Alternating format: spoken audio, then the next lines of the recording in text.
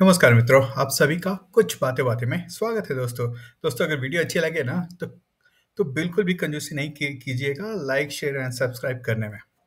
दोस्तों आखिर में जॉय बिडेन ने वो बात बोल दी है जिसके बारे में दबी आवाज में सब लोग बातें कर रहे थे। और वो बात क्या थी? वो बात ये थी दोस्तों कि ये जो हमास ने इसराइल पे आतंकवादी हमला किया था, उसके पीछे कहीं ना कहीं आईएमईसी इकोनॉमिक कॉरिडोर था। और आईएमईसी इकोनॉमिक कॉरिडोर क्या है दोस्तों? है वो है India middle east European economic corridor.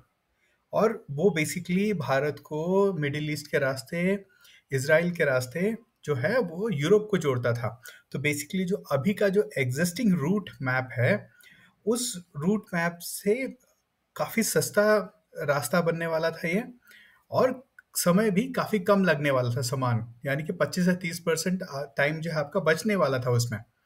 और इसी बात को आज जो बिडेन ने एक प्रेस कॉन्फ्रेंस के तहत कही है। वो कहते हैं कि जो ये हमास ने हमला किया उसके पीछे एक कारण ये ज़रूर हो सकता है कि India middle east Europe economic corridor, उसके पीछे उन्होंने बात कही है।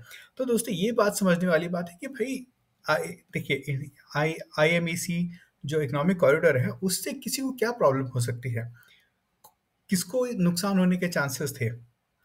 तो दोस्तों अगर आप इस बात को देखें, ध्यान से देखें अगर आप, तो ऐसा ही एक कॉरिडोर जो है चाइना बना रहा है। और उस कॉरिडोर का नाम है बेल्ट एंड रोड इनिशिएटिव या फिर one belt one road initiative, जो कि 150 कंट्रीज में वो जो पूरा जो बेल्ट एंड रोड इनिशिएटिव है उसको बना रहा है।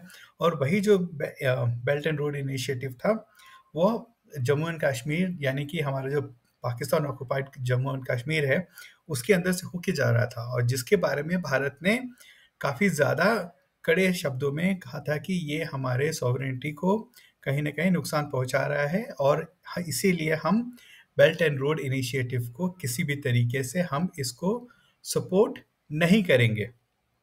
तो ये एक बात होगी। और ये भी बात जानने की है कि दवे स्वर में G20 में जब ये आईएमईसी इकोनॉमिक कॉरिडोर का जो साइन किया गया था, उस समय भी कहीं न कहीं दबे आवाज़ में चाइना ने इसका विरोध किया था। और ये बात भी समझने की ज़रूरत है दोस्तों। आप ये कहेंगे कि कैसे चाइना हमास को सपोर्ट क्यों कर रहा है या फिर कैसे उसको वेपन दे रहा है? देखिए, चाइनीज़ वेपन हमास के पास पहुँच रहे हैं। और अगर हमास के पास नहीं पहुँच रहे हैं तो वो जो पाइप्स जो है, वेपन ग्रेड जो पाइप्स है, वहाँ पे चाइना ने सप्लाई की हैं। और ये सब बातें सब जानते हैं, ठीक है? जो पानी के पाइप्स आती थी और उन्हीं पाइप्स को उन्होंने कन्वर्ट किया है एज़ रॉकेट लॉन्चर्स और ये सब के बारे में, उसको रॉकेट बनाने के बारे में। तो चाइना उसको इनडायरेक्टली सपोर्ट भी कर रहा था। तो ये बात समझने की भी ज़रूरत है दोस्तों कि चाइना कहीं पे भी खुद खुद हथियार लेकर नहीं पहुँचता है।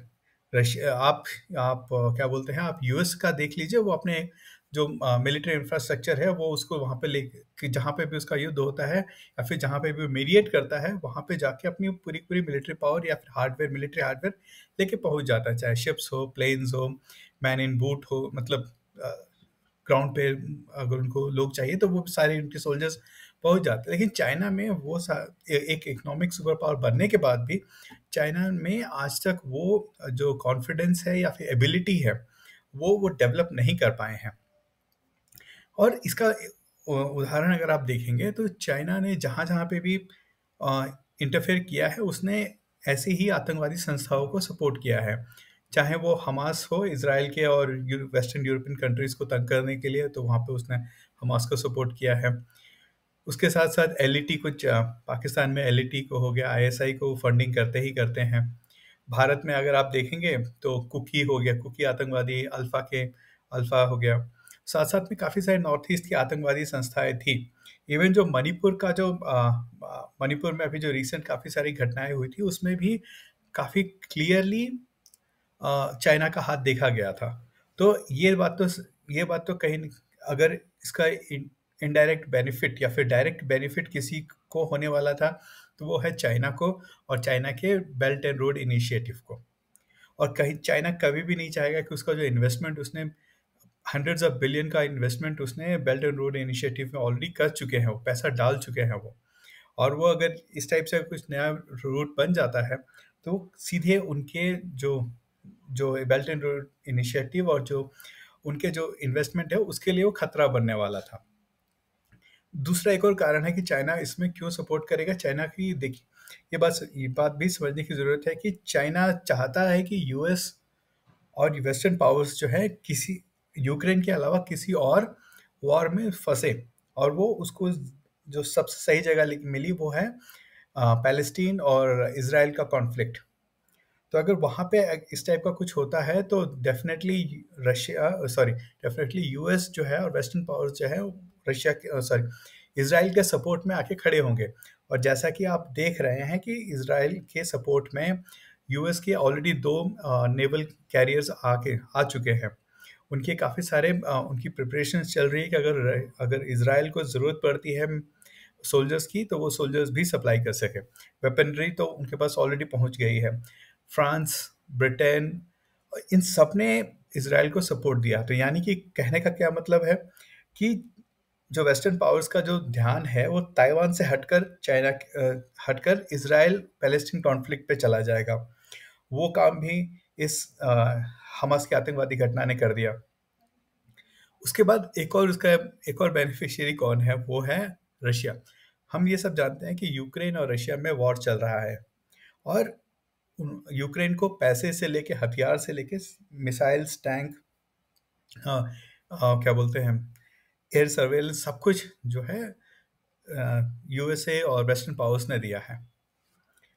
तो ये बात समझने की ज़रूरत है कि अगर इसका बेनिफिशियरी काफ़ी सारे लोग हैं, और एक और साथ साथ में ये भी है कि हमास को जिस तरह से जिस तरह से आपका इसराइल, जॉर्डन, सऊदी, इन सब का जिस तरह से रिलेशनशिप इम्प्रूव हो रहे थे, तो वो कहीं ना कहीं ये भी बता रहे थे कि जिस तरह से पहले सऊदी हो गया, आपका जॉर्डन हो गया, यूएई हो गया, जैसे उनको सपोर्ट करते थे फाइनेंशियली, अब वो नहीं कर पाएंगे। वो नहीं कर पाएंगे या फिर नहीं करेंगे।